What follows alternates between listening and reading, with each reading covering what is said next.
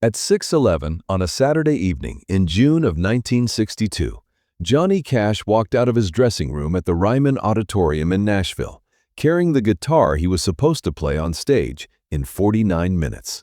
He walked past his band, past his manager, past the stage crew setting up microphones, and he handed the guitar to a man sitting alone in the back hallway.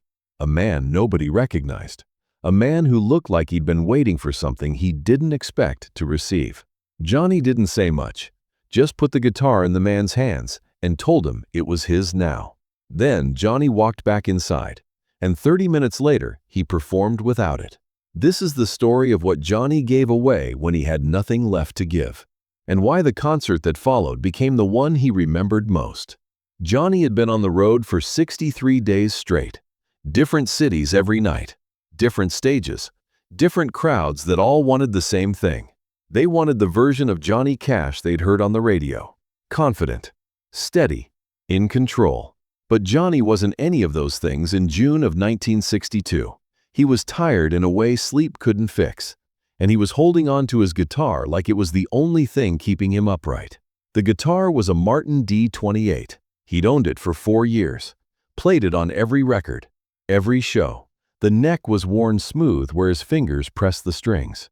The body had scratches and dents from being loaded in and out of trucks, and the sound it made felt like him, plain, honest, a little rough around the edges. He'd been having trouble with his hands that week. They'd shake when he wasn't paying attention, tremors he couldn't control. The doctor said it was exhaustion, said he needed rest. But rest wasn't an option. He had shows booked through August, contracts signed, people counting on him. So he kept playing, kept pushing, kept pretending his hands were steady when they weren't. The Ryman show was supposed to be special. Hometown crowd, Nashville press. His manager had been reminding him all week, this one matters. Don't mess it up. And Johnny had nodded, said he understood. But standing in that dressing room an hour before showtime, his hands shaking so badly he could barely hold a glass of water, Johnny knew something was wrong. He'd tried to play a few warm-up chords. The guitar felt foreign in his hands. The strings felt too tight. The sound felt wrong. He couldn't make his fingers do what they'd done 10,000 times before. His manager knocked on the door, asked if he was ready. Johnny said yes, but he wasn't. He picked up the guitar, held it against his chest, and walked out into the hallway, not toward the stage, away from it. That's when he saw the man, sitting on a folding chair near the back exit, older, maybe 60, worn clothes, calloused hands. He had the look of someone who'd worked hard his whole life and had nothing to show for it except the fact that he'd survived. The man wasn't supposed to be there.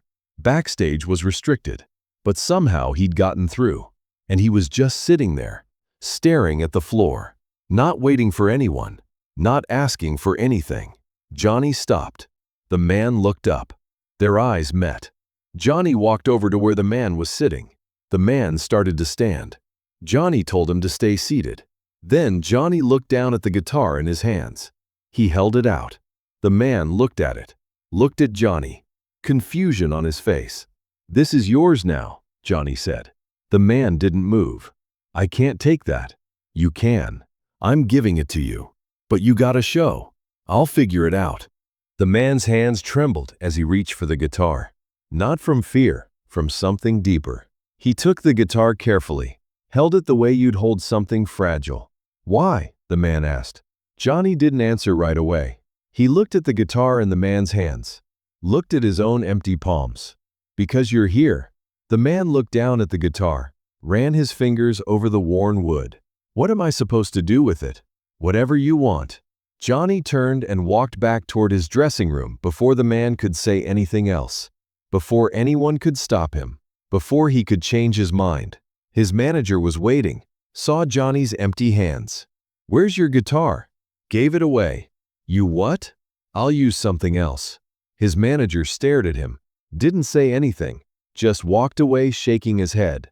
Johnny borrowed a guitar from one of the session musicians. A Gibson, unfamiliar weight, different sound. The neck felt wrong in his hands. At 7 o'clock, he walked on stage. The Ryman was packed. 2,000 people waiting. The lights were hot. The air was thick. Johnny stepped up to the microphone, felt his hands shaking, felt the borrowed guitar sitting strange against his body. He played the first song. His fingers fumbled, hit wrong notes. The borrowed guitar sounded thin, but Johnny kept going. Didn't apologize, didn't explain, just sang the words. And somewhere in the second verse, his hands steadied. The tremors stopped. The crowd got quiet in a way crowds don't usually get quiet. They leaned forward, listening. He played for 90 minutes, forgot lyrics, stopped between verses, talked to the crowd like they were sitting in his living room, told them he'd given his guitar away before the show, told them he didn't know why. And the crowd laughed. Not at him, with him. After the show, Johnny went back to his dressing room. His manager was waiting. "That was different," he said. "Good different or bad different?" Johnny asked. "Honest different." And that was enough. Johnny never saw the man again, never knew his name, never found out what he did with the Martin D28. He thought about asking around, but something stopped him. The guitar wasn't his anymore. What happened to it wasn't his business. Years later, people would ask Johnny about that night at the Ryman. They'd heard rumors, stories about him giving away his guitar. They wanted to know if it was true, and Johnny would confirm it, but he wouldn't explain, just said it felt right at the time. In 1974, 12 years after that concert, a guitar showed up at a pawn shop in Chattanooga. A Martin D28. Beat up, well used. The pawn shop owner recognized the wear pattern, recognized the specific scratches on the body. He bought it from a woman who said her father had left it to her when he died. Said her father never played it, just kept it in his closet. Took it out sometimes and looked at it. Told her once that Johnny Cash gave it to him, but he never explained how or why. The pawn shop owner tried to contact Johnny's people, thought maybe they'd want to buy it back, but the message never got through. Or maybe it did, and Johnny chose not to respond. Either way, the guitar stayed in the pawn shop for 3 months. And then a young musician bought it, paid $200, took it home, started playing it at coffee houses and small clubs. Never knew it had been Johnny's, just knew it sounded good. The guitar changed hands 6 more times over the next 30 years. Each owner played it, wore it down a little more, added their own scratches, their own dents. Johnny bought other guitars after that night, played them on records, played them in concerts, but none of them felt like the Martin. And he was okay with that. He thought about the man sometimes, wondered if the guitar had made a difference in his life, wondered if he'd sold it the next day for rent money, or kept it, or learned to play it. Johnny didn't know, would never know, and he'd made peace with that. In 2003, a few months before Johnny died, a journalist asked him about that night, about the guitar, and Johnny was quiet for a long time before he answered. "I was holding on to it too tight," he said. "My hands were shaking. I couldn't play.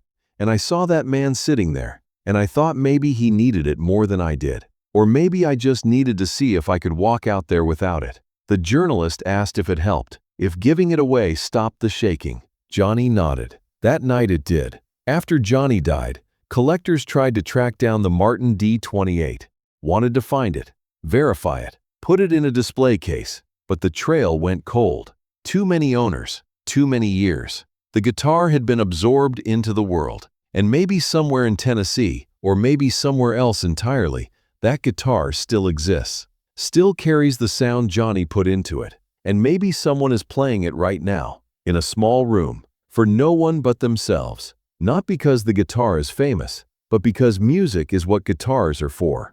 Johnny Cash walked on stage at the Ryman Auditorium on June 16, 1962, without the guitar he'd played for 4 years. His hands were shaking. The borrowed guitar felt wrong, but he played anyway, and his hands steadied, not because the fear was gone, but because he'd stopped fighting it. The man who received the guitar carried it out of the Ryman that night, walked through the back exit, disappeared into Nashville, and no one knows what happened after that. But Johnny remembered him, remembered the way the man's hands trembled when he took the guitar, remembered walking back to his dressing room with empty hands, remembered stepping on stage feeling lighter than he had in weeks. He never regretted it, not once.